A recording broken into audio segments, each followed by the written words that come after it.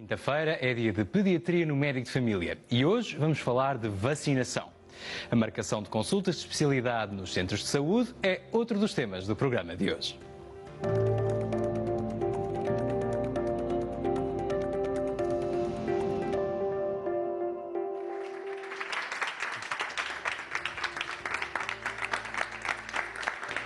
Sejam bem-vindos aqui no estúdio e em casa ao Médico de Família, o programa da CMTV onde a saúde se explica em bom português.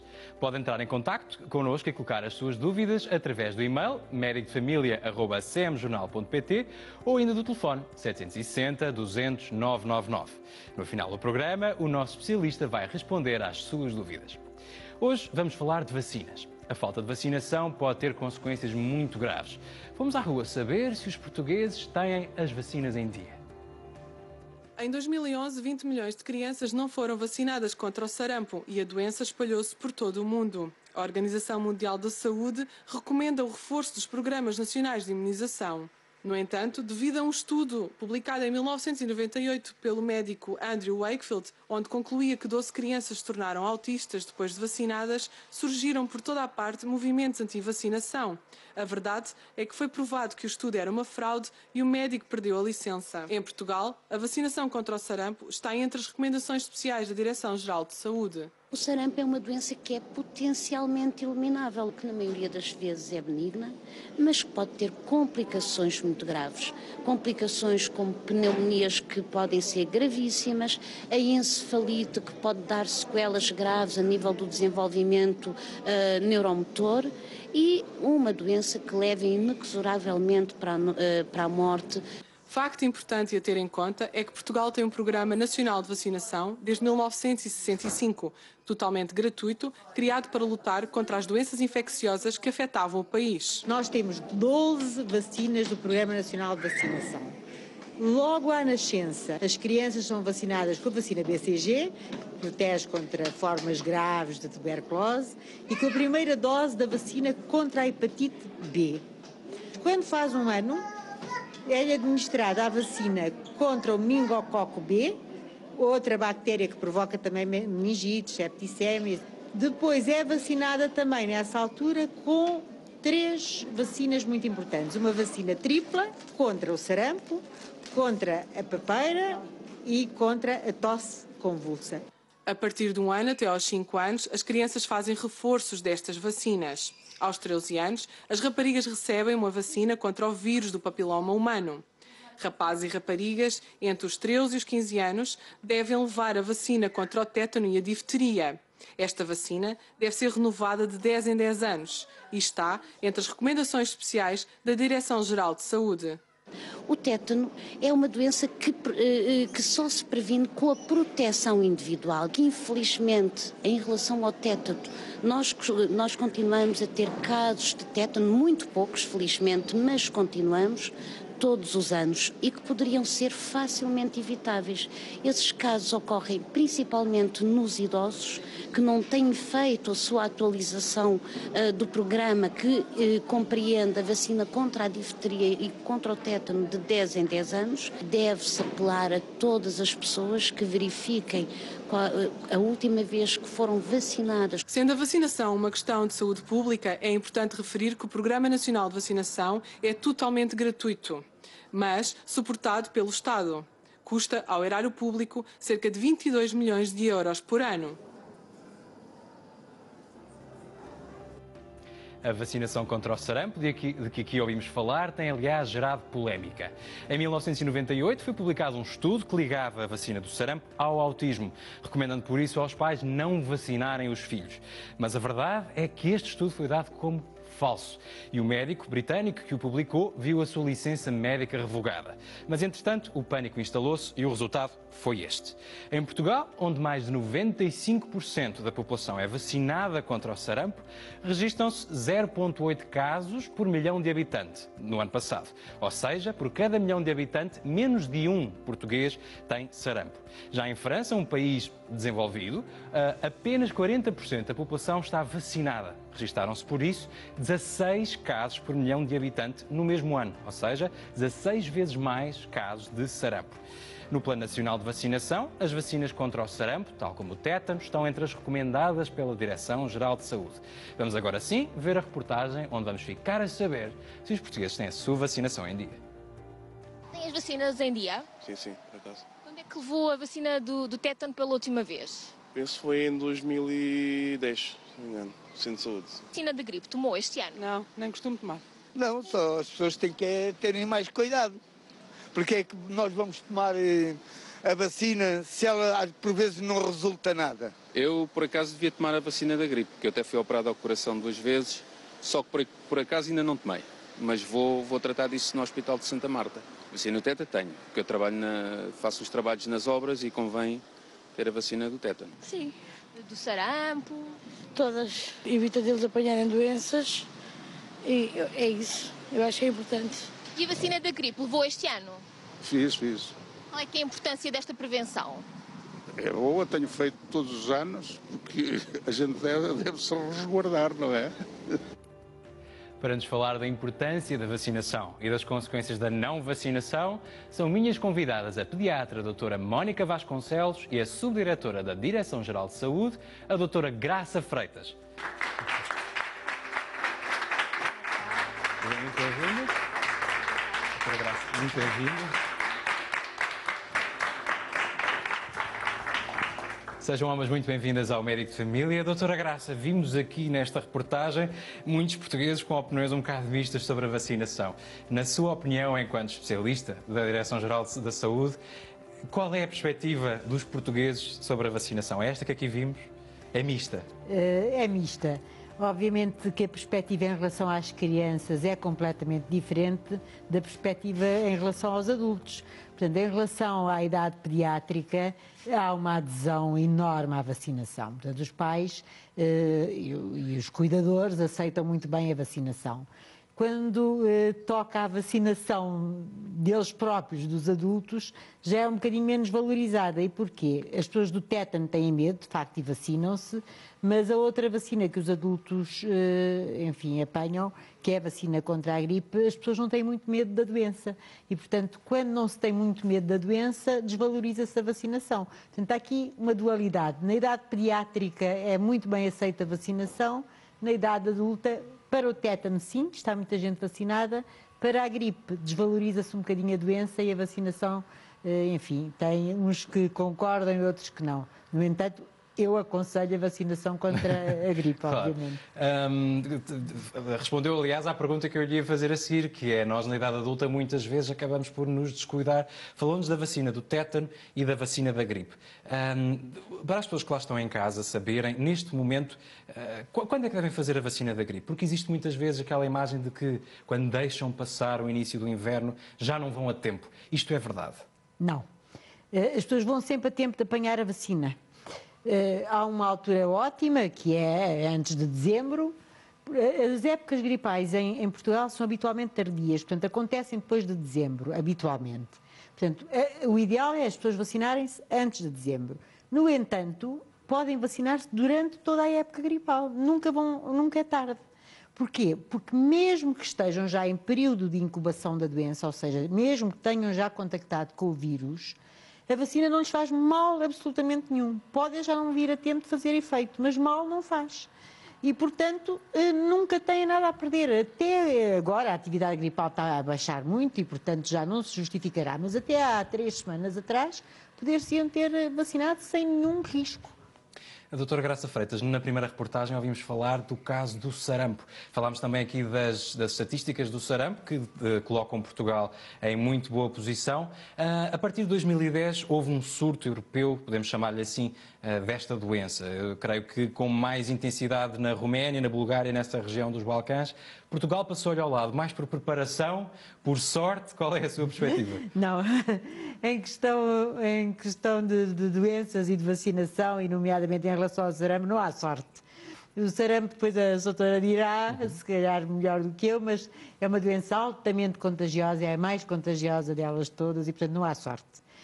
As pessoas ou estão vacinadas ou não estão vacinadas. E é preciso ter uma cobertura vacinal de pelo menos 95% para 2 doses. E, de facto, na Europa, como disse, 34 países, pelo menos, não tinham essa condição e, portanto, houve um surto europeu que começou, de facto, na Roménia, com muitos casos, mas que depois alastrou a países como a França, por exemplo, como a própria Alemanha, que teve casos. Portanto, em Portugal não tivemos casos nossos, portugueses, exatamente porque temos essas taxas de cobertura. O que acontece em Portugal de vez em quando é que uma pessoa que vem de fora de outro país pode adoecer e pode-lhe ser feito o diagnóstico em Portugal, mas não é um caso português, é um caso importado de sarampo, que é um bocadinho diferente. Portanto, não foi uma questão de sorte, foi mesmo uma questão de vacinação. Doutora Mónica Vasconcelos, seja bem-vinda, também é médico de família. Estamos aqui a falar de sarampo, as pessoas muitas vezes acabam por confundir sarampo, varicela, sabem que são doenças que genericamente acham que fazem pintas nas crianças. Como é que os pais que estão lá em casa a ver o programa podem aprender a distinguir o que é sarampo? Quais são os sintomas a que devem estar atentos? O sarampo, portanto, é uma infecção generalizada, é provocada por um vírus, que é o vírus do sarampo e, como a doutora Graça disse, é uma doença altamente contagiosa. Portanto, a disseminação faz através por contacto direto com cutículas infecciosas, portanto, microgotas que existem no ar, que são expelidas pelo indivíduo infectado através da tosse, do espirro. O sarampo apresenta uma grande variedade de sintomas e uma erupção cutânea característica. Portanto, geralmente o início da sintomatologia começa com febre, uma febre que vai ser rapidamente progressiva, portanto cada vez mais alta, mal-estar geral, perda de apetite e depois a criança apresenta um catarro respiratório importante, portanto uma congestão nasal, uma rinorreia, que é um corrimento nasal. Mas até agora aquilo que me está a descrever é parecido com uma gripe. Exatamente, parecido inicialmente. Os primeiros sintomas são estes, mas um catarro respiratório muito importante, com congestão nasal, rinorreia, uma tosse muito persistente, uma tosse seca, dores de garganta e depois nesta fase, portanto que é a fase inicial, surgem umas manchas na boca muito características da doença, que são as chamadas manchas de Koplik, que consistem portanto a mucosa da boca está toda congestionada, avermelhada e depois aparece um ponteado branco na cara, difuso, parecem grãos de sal dispersos, rodeados por um halo avermelhado, que são muito características da doença, mas que desaparecem em 24 a 48 horas. Mas se forem visualizadas, são muito características e permite fazer o diagnóstico. Portanto, e após 3 ou 4 dias, então, 3, 5 dias de todo o início desta sintomatologia, surge então a tal erupção cutânea, o tal exantema característico da doença, que começa, portanto, são um exantema maculopapular, que se inicia... temos que descodificar estas palavras para quem está lá em casa. Umas regiões avermelhadas, máculas, muitas vezes pápulas um bocado salientes, que se iniciam na raiz do cabelo, na nuca, por trás das orelhas, na face superior do pescoço e depois estende-se face, pescoço, tronco, membros superiores, membros inferiores, por volta do 3º dia, portanto, atinge os pés. Podemos dizer que começa por cima, normalmente, e vai descendo para o resto do corpo. Exatamente, e depois logo imediatamente o exantema regride, exatamente no mesmo sentido com que ele surgiu, portanto de cima para baixo. Por isso é que popularmente se diz muitas vezes que o sarampo entra pela cabeça e sai pelos pés. E portanto nesta fase em que surge o exantema, no primeiro, segundo dia da doença, é quando de facto toda a sintomatologia está no máximo. Portanto, a criança tem um exantema exuberante, a febre é muito alta, tem de facto então essa congestão importante nasal, com lacrimeios, rinorreia, uma tosse irritativa e aí a criança tem um ar gravemente doente. Mas depois, a fase de convalescença, quando não há complicações, já é relativamente rápida e a criança em poucos dias retoma o seu estado normal. Doutora Graça Freitas, esta é uma doença para a qual estamos vacinados, a maioria de nós. Existem, no entanto, doenças infecciosas cujas vacinas são opcionais e pagas pelas pessoas. Estou a pensar, em termos de nomes comerciais, na Rotarix para o rotavírus, na Prevnar, que vamos falar mais à frente no programa, e na da gripe. Na experiência da Direção-Geral de Saúde, qual é aquela que suscita mais dúvidas ou que é mais procurada? Voltamos à mesma história das crianças e dos adultos. Em relação à vacina da gripe, só uma pequenina, inovação. Desde o ano passado, para os mais idosos, os maiores de 65 anos, é completamente gratuita. Portanto, passou a ser gratuita para aquele grupo mais vulnerável. Para os outros, de facto, é comparticipada, mas as pessoas têm que pagar, mas é uma vacina barata, felizmente. Depois, para as outras duas que me disse, são de facto vacinas que são dadas principalmente, não só, mas principalmente na idade pediátrica, são dadas por receita médica e são compradas nas farmácias. E, de facto, essas vacinas não pertencem ao Programa Nacional de Vacinação, que é o programa que permite que qualquer pessoa que esteja em Portugal, mesmo que não seja portuguesa, mesmo que não esteja legalizada, tenha direito a 12 vacinas que fazem parte do nosso Programa Nacional de Vacinação. E agora perguntam-me, porquê é que são 12 e não são 14? Porque estas vacinas custam 22 milhões de euros, um bocadinho mais até por ano. As 12. E, portanto, tem que se ponderar muito bem o seu valor, não para o indivíduo só, mas para a saúde pública em geral. Ou seja, quando nós propomos a introdução de uma nova vacina no programa, pensamos sempre no indivíduo que vai ficar protegido, na criança, neste caso, ou no adulto, não interessa, mas temos que pensar o que é que a sociedade em geral vai ganhar com isso. E a soma dos benefícios da vacinação de todos os indivíduos... Nesse equilíbrio com o custo também... é maior do que a vacinação individual. Doutora Graça Freitas, eu aproveitava para lhe colocar uma pergunta prática, então. Temos o caso da vacina para o Streptococcus pneumoniae, que é uma bactéria que é a maior causadora na idade infantil de infecções do sangue, de pneumonia e a segunda causa de meningite bacteriana. Sendo uma causa tão importante de doenças, porquê é que esta vacina não está incluída? É uma pergunta que muitas pessoas se farão. Exatamente. Primeiro, a primeira coisa que eu queria dizer é que neste momento, de facto, é uma doença que tem essa importância toda, porque todas as outras mais importantes já têm vacinas que estão incluídas no programa. Portanto, isto é uma questão, às vezes, de prioridades. Portanto, houve vacinas que foram introduzidas. Mas, continuando de qualquer maneira, porque é que ainda não está no programa? Porque quando se faz a tal análise social do benefício para o país, chega-se à conclusão que vacinar 95% das crianças que nascem cada ano com essa vacina, pelo menos até agora, não houve evidência que isso fosse alterar o padrão e a dinâmica da doença em Portugal. E, portanto, se é para, no seu conjunto, a doença se manter igual, e isto tem a ver com a bactéria ter muitas formas de se expressar. Portanto, eu costumo dizer que as bactérias às vezes são um bocadinho como nós somos nós e depois vestimos uma roupa diferente. E conforme essa roupa diferente, podemos parecer pessoas diferentes, apesar de sermos nós. E essa bactéria é um bocadinho assim. Portanto, neste momento a vacina tem 13 componentes, mas há dezenas deles e, portanto, uns podem ir substituindo os outros.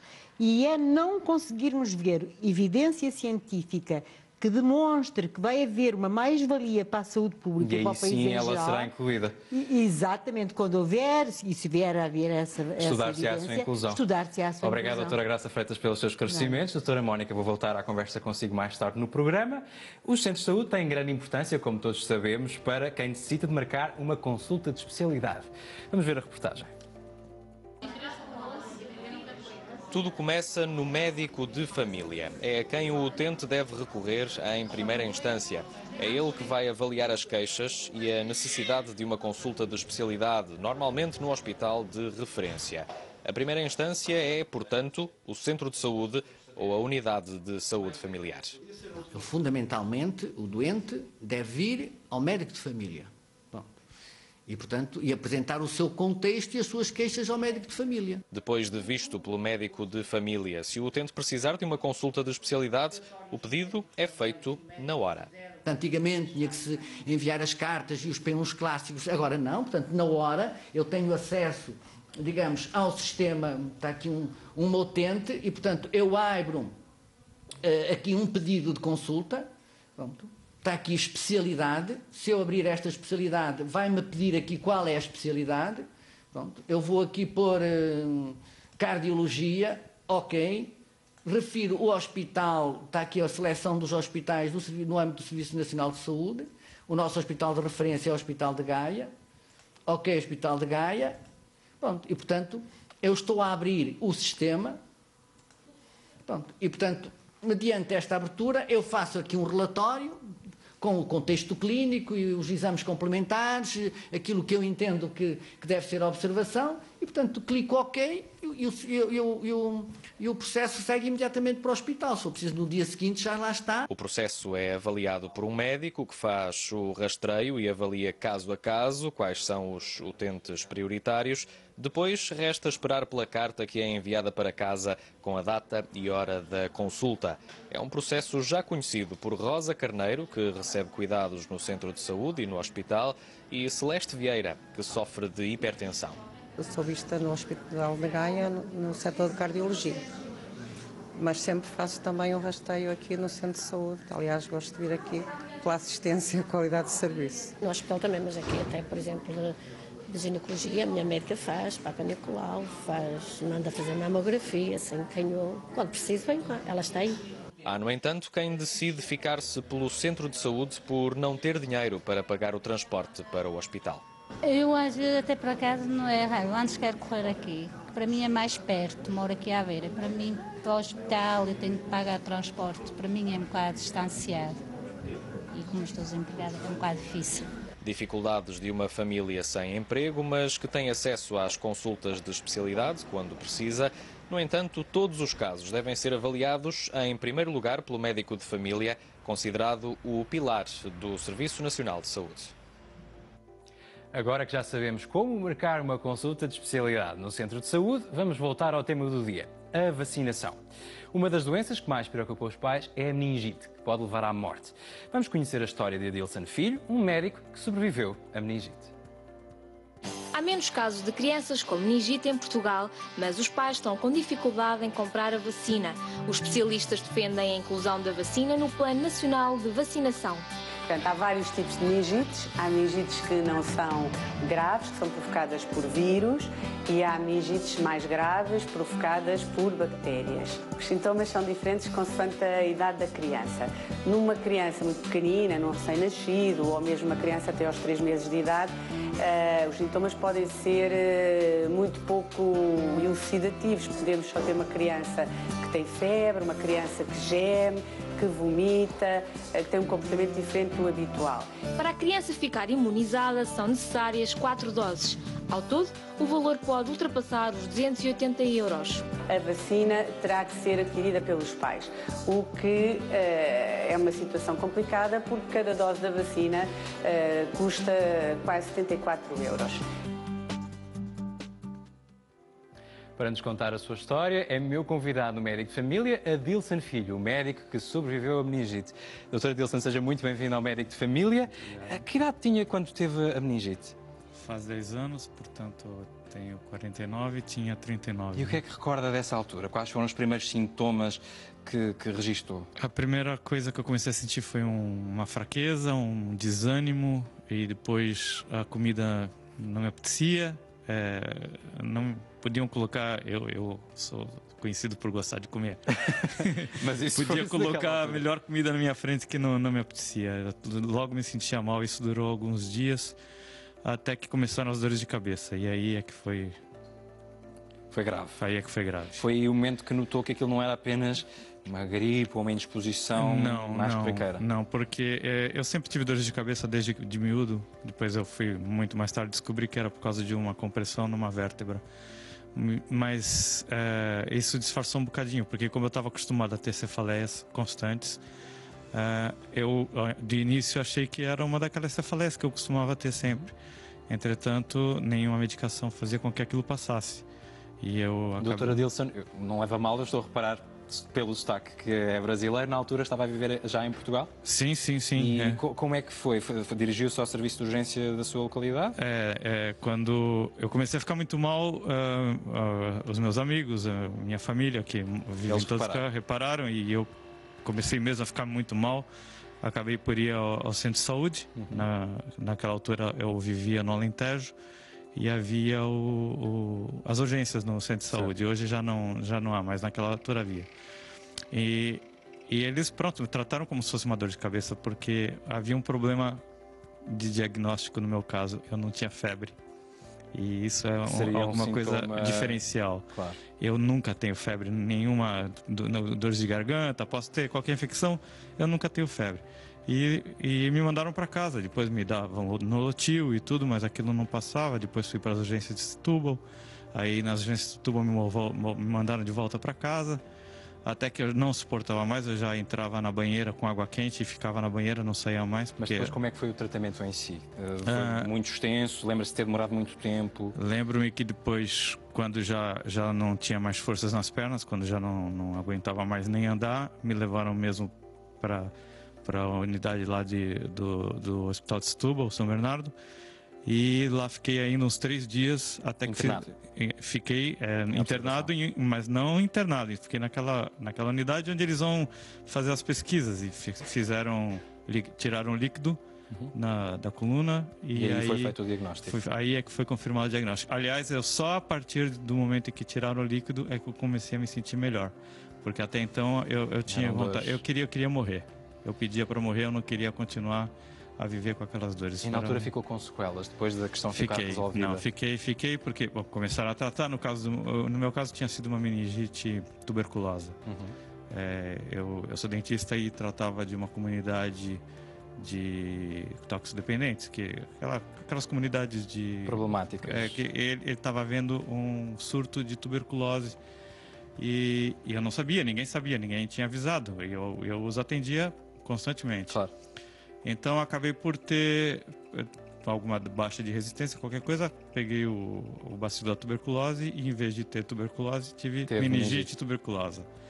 Que é uma coisa que muitas pessoas não sabem, que é que a bactéria que causa a tuberculose não causa apenas doenças pulmonares, mas pode causar, como no seu caso. No meu caso não foi viral, foi uma tuberculose, uma meningite causada pela bactéria da tuberculose. Exatamente. Mas sua família, alguém depois sofreu do mesmo mal? O problema ficou contigo? Não, na altura foi feito rastreio para toda a gente. Tiveram de fazer tratamento preventivo, a sua família? Não. Só fizeram o teste de Mantoux para ver se tinham o bacilo, teste da tuberculina também. Isso, no Brasil chamamos os testes de Mantoux. Aqui também. Não, ninguém acusou. A minha recuperação foi um bocado lenta, eu fiquei 4 meses sem poder atender, sem trabalhar, porque além de ficar com a cabeça muito avariada, perdi muito do controle das mãos. E demorei um bocado de tempo para recuperar isso. E hoje em dia, passado este tempo todo, ainda há algumas coisas que lhe façam recordar este episódio ou está completamente ultrapassado? Não. Nunca se esquece isso, porque eu fiquei 7 dias internado e achei que ia morrer. Aliás, todos os meus amigos acharam que era o meu fim. Quem me acompanhou pensou que eu não saía dali. Mas é um sobrevivente, aqui está hoje connosco. Obrigado, doutora Dilson Filho, por ter contado a sua história. Vou juntar agora à conversa a doutora Maria João Brito, da Sociedade Portuguesa de Pediatria. Seja bem-vinda, Maria, por favor. Doutora, estivemos aqui a ver um caso de meningite. A pergunta impõe-se: as nossas crianças estão suficientemente protegidas, neste caso, um adulto, mas as nossas crianças estão suficientemente protegidas para a meningite, ou da meningite? Há vários tipos de meningites. Há meningites provocadas por vírus, que habitualmente não são preveníveis, são autolimitadas, não provocam sequelas nem complicações. E há meningites provocadas por bactérias, e dentro dessas bactérias há as bactérias mais frequentes que são preveníveis por vacinas que estão incluídas no Programa Nacional de Vacinação, mas existem ainda outras bactérias que podem provocar uma meningite grave, com complicações e sequelas, que não estão incluídas no Programa Nacional de Vacinação e que podem ser preveníveis. E existem ainda por outras bactérias, como por exemplo para a tuberculose, que é uma meningite que pode aparecer na criança e que na criança não aparece tanto a tuberculose pulmonar, aparece mais outras formas como essa e que não são completamente preveníveis pela vacinação. E depois existem ainda outros tipos de meningites provocadas por agentes infecciosos, mas que são mais raros e que aparecem em crianças com problemas nas defesas ou com doenças crónicas ou que fazem terapêuticas que alteram a sua imunidade. Disse uma coisa que eu acho que é muito importante nós frisarmos lá para casa, porque as pessoas muitas vezes não percebem a diferença, que a meningite, que tal como muitas outras doenças, pode ser causada por vários tipos de organismos diferentes. Estamos a falar de vírus, contra os quais não há proteção possível, e estamos a falar de bactérias. As pessoas sabem que os seus filhos fazem muitas vacinas, mas muitas vezes não sabem para que é que serve cada uma delas. Pode explicar lá para casa, para quem nos está a ouvir, quais são as vacinas que os nossos filhos, as nossas crianças fazem, que protegem especificamente, neste caso, contra a meningite? Então, habitualmente as três bactérias que causavam mais meningite na idade pediátrica eram o Haemophilus influenza, é uma bactéria que está, nesta altura, com uma vacina disponível e que desde há alguns anos está incluída no Programa Nacional de Vacinação e que foi um êxito. Quando se começou a vacinar, realmente esse tipo de meningite desapareceu, quase que desapareceu. Nós, nesta altura, quase não temos em Portugal. As que temos vêm de outros países e são importadas. Depois existe uma outra bactéria que é o meningococo. Existem vários tipos de meningococo, mas há um específico que é o meningococo C e que existe também uma vacina que está incluída no Programa Nacional de Vacinação e que, desde que foi introduzida, também baixou muito o número desses casos. E depois existe ainda uma outra bactéria, que é o pneumococo, digamos assim, que é uma bactéria que tem vários... Portanto, há vários tipos de pneumococos, mas existem uns que especificamente provocam mais doença complicada. E para esse existe uma vacina, não é para todos, mas existe uma vacina nesta altura disponível e que não está incluída no Programa Nacional de Vacinação. Estamos então aqui a falar de duas bactérias principais contra as quais estamos cobertos e uma terceira que, ao fim e ao cabo, é opcional e todos podemos fazer. Doutora Mónica, falámos há pouco de sarampo, falamos aqui de mais uma doença infecciosa, neste caso com a apresentação num adulto. Numa criança seria muito diferente os sintomas que encontraríamos de meningite? Portanto, como já foi dito, depois depende do tipo de meningite. Este foi o caso de uma meningite, um caso particular, não é? Uma meningite tuberculosa, foi um caso particular. De qualquer maneira, na criança, os sinais e os sintomas clássicos de meningite podem, por vezes, não estar ausentes e é necessário um elevado índice de suspeita clínica, particularmente nas crianças mais pequenas, portanto, nos lactentes, crianças com idade inferior a 1 ano. De qualquer maneira, habitualmente, como é que suspeita clinicamente, como é que se manifesta? A criança tem febre elevada ou por vezes já apenas uma instabilidade térmica, está prostrada, irritada, recusa alimentar, não brinca, queixa-se de dores de cabeça, com fotofobia, portanto com intolerância à luz, tem náuseas, vômitos, podem surgir convulsões, alterações do estado de consciência e depois podem ocorrer uma série de sinais neurológicos mais graves que têm a ver com o aumento da pressão intracraniana e que são o grande motivo das sequelas da morbilidade e das sequelas ligadas à meningite bacteriana. Nas crianças mais pequenas, portanto, como eu disse, muitas vezes esta sintomatologia não é tão típica, não é tão óbvia, os sintomas podem, depois estão presentes, não é? Os sinais clínicos, qualquer médico está apto a reconhecer e sabe perfeitamente reconhecer, que são os sinais que se chamam de irritação provocados pela irritação meníngea, que para os pais, se calhar, o mais fácil de valorizarem é a rigidez da nuca, a dificuldade que a criança tem em fletir a cabeça sobre o tronco. Portanto, são sinal de irritação meníngea.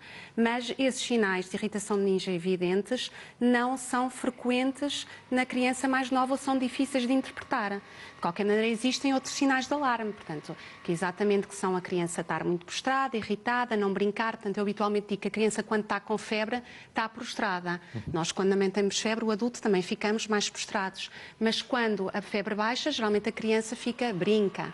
Quando a criança continua prostrada, pouco reativa, é um sinal de alarme. Ou quando tem um gemido contínuo, um bebê, uma criança pequenina, quando geme continuamente, é sempre sinal que está doente.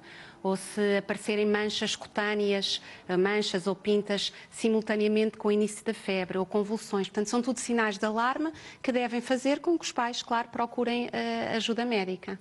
Doutora Maria João Brito, na fase pré-sinais de alarme, falou-nos da vacinação. Tanto quanto sei, saiu há pouco tempo uma recomendação da Comissão Europeia relativa a esta vacina. Penso que a Sociedade Portuguesa de Pediatria tenha também uma posição. O que é que pensa que será o nosso futuro? Estivemos a falar com a doutora Graça Freitas da questão desta vacina para o pneumococo vir ou não ser administrada como parte do nosso Plano Nacional de Vacinação. O que é que perspectiva que venha a acontecer no futuro? Olha, nós na Sociedade Portuguesa de Pediatria, através da Sociedade de Infecciologia Pediátrica, temos vindo a fazer uma vigilância da doença pneumocócica invasiva em Portugal desde 2004. E, portanto, estes resultados estão publicados no site da Sociedade Portuguesa de Pediatria, portanto, são acessíveis a toda a gente e realmente mostram evidência que nos últimos anos a vacinação em que os pais compraram a vacina e vacinaram as suas crianças e houve uma altura que se chegaram a atingir taxas de vacinação quase perto dos 80%, portanto é quase como se a gente tivesse a vacina incluída no Programa Nacional de Vacinação. Foi realmente uma altura de ouro, porque isso teve repercussões, os resultados estão publicados, como eu lhe disse, e mostram realmente que houve uma diminuição da doença invasiva por esta bactéria, mas a todos os níveis da doença grave, septicémias, meningites, e portanto há uma evidência científica, isso está publicado, está mostrado, que realmente era importante nós termos esta vacina disponível para as nossas crianças.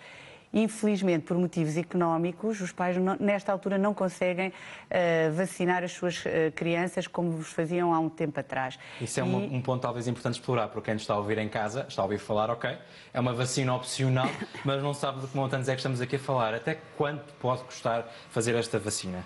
Esta vacina custa à volta de 71 euros. Eu penso que ela, no mês de abril, vai custar um bocadinho menos.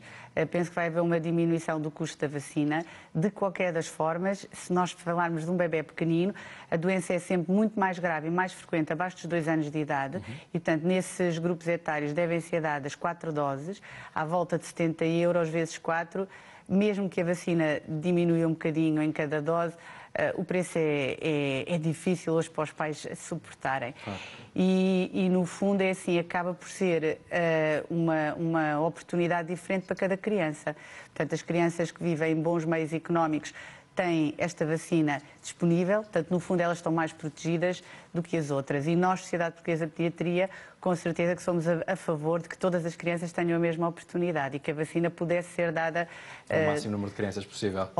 A todas. A todas. Nesta altura, a Direção-Geral de Saúde tem uma circular que aponta que as crianças de riscos, portanto, crianças com doenças crónicas, com infecção HIV, que não tenham base, portanto, crianças com problemas graves crónicas podem fazer a vacina gratuitamente.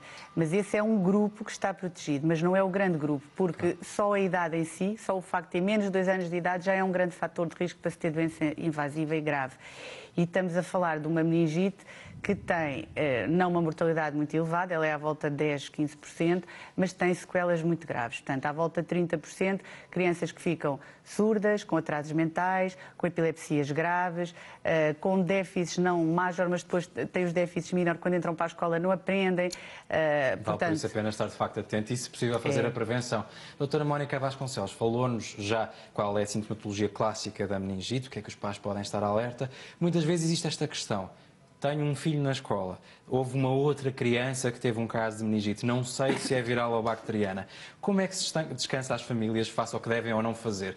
Devem levar a sua criança a fazer algum tipo de teste, devem fazer algum tipo de tratamento preventivo? Em primeiro lugar, os pais, quando não sabem que tipo de meningite é, têm que ter calma, não é? Em primeiro lugar, ter calma e depois em primeiro lugar, porque a maioria dos casos de meningite são casos esporádicos e depois precisamente por isso, porque os pais, na maioria dos casos, não sabem que tipo de meningite é que nós estamos. Claro. É que estamos a falar, se é uma meningite vírica, se é uma bacteriana e mesmo se for uma meningite bacteriana, qual é o agente infeccioso causal, não é? Tudo vai depender disso. Claro que é importante fazer uma vigilância cuidadosa nas crianças que tiveram um contacto próximo com o doente em causa, nos dias anteriores ao diagnóstico, para eventualmente detectar sinais precoces de uma doença, mas depois existem outras medidas, não é? Que podem ser feitas, mas isso depende então do tal agente causal da doença. Existe a quimioprofilaxia, que é no fundo a prevenção da doença com um antibiótico apropriado, que pode ser feita só em certos casos aos contactos íntimos, mas só para certas bactérias, nomeadamente para o meningococo e para o Haemophilus influenza. Mas quem decide a necessidade de administrar essa quimioprofilaxia é a autoridade de saúde local. Portanto, a autoridade de saúde é que vai definir quem são os contactos próximos, os contactos íntimos e se eventualmente vão beneficiar ou não de profilaxia. Portanto, e o objetivo, quando o médico tem um caso de meningite no hospital, deve fazer o contacto imediato com a autoridade de saúde local e depois o programa, o que a autoridade de saúde vai fazer é não só Portanto, a função é, no fundo, controlar na comunidade o alastrar. Exatamente. Não só através da quimioprofilaxia, quando está indicada, mas também através de medidas educativas. Portanto, tentando desvalorizar ou desmistificar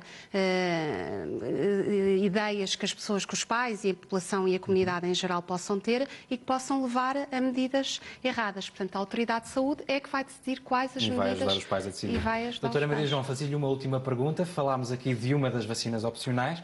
Resumidamente, tentar explicar aos pais o que é que a outra vacina, a Rotarix, para prevenir contra o rotavírus, de que forma é que ela protege as nossas crianças e quando é que ela deve ser feita ou não. Muito bem. Olha, se não se importa, eu gostava só aqui de dizer uma coisa só para juntar ao que a minha colega disse, que tem a ver com tranquilizar as famílias, que quando entra uma criança com uma meningite que é contagiosa no hospital, quer entre às 2 da tarde, quer entre às 2 da manhã, nós temos um telefone que ligamos ao delegado de saúde que está de prevenção. E esse delegado de saúde, imediatamente, se for caso disso, se dirige à escola para tomar as medidas. Ou seja, as pessoas não devem de maneira nenhuma recorrer às urgências dos hospitais, devem ficar tranquilamente. Quem não for abordado é porque não houve essa necessidade. Porque os delegados de saúde é assim, se for para fazer prevenção, eles vão estar no sítio. E, portanto, as pessoas não precisam de estar em pânico, podem estar tranquilas, que tudo corre realmente em Portugal, desse ponto de vista, corre tudo bastante bem. Bem, voltando à vacina que me falou, devo dizer que é assim, há 2 vacinas contra o rotavírus. Uma é Rotarix e outra é Rotatec. Portanto, são 2 vacinas que estão disponíveis no mercado contra um tipo de vírus que é o maior causador de gastroenterite na idade pediátrica. Em países em vias de desenvolvimento, a doença é muito grave e pode, inclusivamente, levar à morte. A países como em África ou na América do Sul, tanto que, por exemplo, no Brasil, essa vacina está incluída no Programa Nacional de Vacinação. Nos países desenvolvidos, realmente as crianças podem ficar muito doentes, podem vir a desidratar-se e podem necessitar de hospitalização. Mas, felizmente... No caso português, qual é a sua opinião? Nós fazemos parte dos países desenvolvidos, portanto, nós não temos mortalidade por infecção a rotavírus. Temos, sim, hospitalizações, principalmente nas crianças muito pequeninas, porque elas podem ter uma diarreia, no fundo, grave, ou seja, podem ter 10, 20, às vezes 30 dejeções por dia e não se consegue repor a quantidade de água e de sais que elas perdem com essa diarreia muito importante que têm. E às vezes é necessário internar e fazer uma reposição, no fundo, daquilo que elas perdem. Mas são as principais complicações. Claro que, mais uma vez, como pediatra, eu devo dizer que é assim, os pediatras são muito ligados para a prevenção e gostam muito de vacinas no geral. E, portanto, tudo é verdade. Portanto, tudo que a gente possa prevenir para evitar que as crianças fiquem doentes, os pediatras são sempre muito... Eu aproveitava para lhe dar esta chega. Existe muita ideia entre os pais, errado ou não, a doutora dirá, de que esta vacina será tanto mais essencial quanto mais contactos a criança tiver desde cedo. Imaginemos uma criança que fica com os avós e uma criança que vai para o infantário terão necessidades diferentes desta vacina. Isto é verdade? É verdade que todas as crianças vão infectar por rotavírus, mais tarde ou mais cedo. Mesmo as que ficam com os avós? Mesmo as que ficam com os avós. Portanto, toda a gente se vai infectar por rotavírus. É uma infecção realmente muito frequente. Ela aparece, aliás, agora nesta altura do ano, aparece no inverno. E realmente é assim, quanto mais pequenina é a criança, o risco de haver uma complicação é maior, porque ela desidrata-se mais facilmente que se a criança for mais velhinha. Agora, todas as vacinas são vacinas que previnem doenças. Era bom que todas as crianças pudessem ter direito a elas. De qualquer das formas, é assim, o rotavírus faz muito uma proteção individual. E quando existem outras vacinas, como esta que falámos anteriormente, a vacina pneumocócica, que além de proteger o indivíduo que a toma, tem também uma característica especial que consegue diminuir depois a circulação da bactéria no resto das crianças à sua volta. E, portanto, tem aquilo que a gente chama uma imunidade de grupo. Protege individualmente, mas, no fundo, protege também todos os outros que não estão vacinados. E é uma característica importante.